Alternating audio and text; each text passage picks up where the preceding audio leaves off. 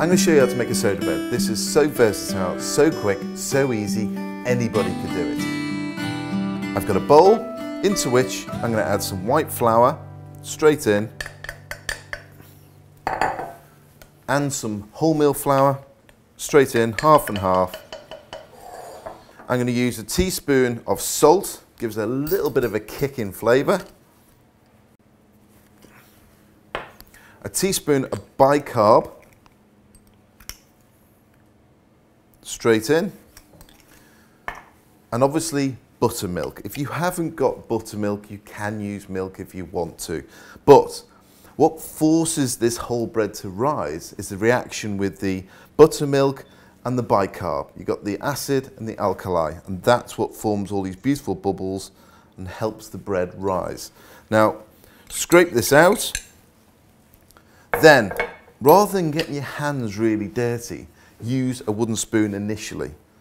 So give it a little mix round. The idea of the new book and the tour actually was based on the last tour I did, which was travelling around the country. For me, I've worked all over Great Britain, and some of the regions in this country have some fantastic bakes. And so what I wanted to do is almost preserve the tradition of baking in this country, because actually I think this country make the best bakes in the world. Done properly, they cannot be touched. And I wanted to preserve it, and that's the idea of the tour and the book. Start it off, then you get your hands dirty. So get your hands inside, begin to mix all the ingredients together, folding it round, pushing it into the middle and just scrunching it up.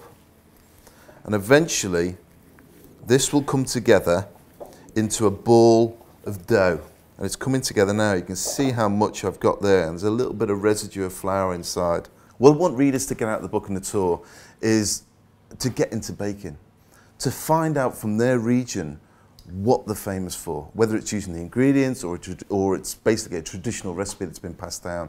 I don't want to see these recipes die. And so the idea is to get people in the kitchen and get them baking. Bring in my flour, and I'm just going to do a light dusting on the top. And this is where you basically fold all the ingredients together. You sort of mixed it in the bowl a little bit.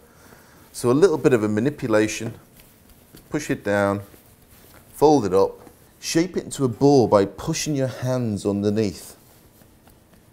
It's quite rustic, a soda bread, doesn't have to be perfect. Bring your tray over, which you've lined with baking parchment, pop it on there, a little bit more flour on the top, big knife, cut it all the way down to the tray into quarters. I think for me, Britain holds quite a firm tradition of baking. So what I want to do is try and rejuvenate these recipes, and I want to make the people who go on the tour, who watch the programs, who read the books, to actually hold it and make it a family favourite and make it regularly. The whole beauty of baking, it's a family affair, and I want people all over the country to celebrate their traditional bakes. Look at that. This is very hot. Just releasing it from the paper, pop it onto a cooling wire, and there you have it. A soda bread in less than an hour. Crispy, beautiful, smells amazing, and that will satisfy anybody.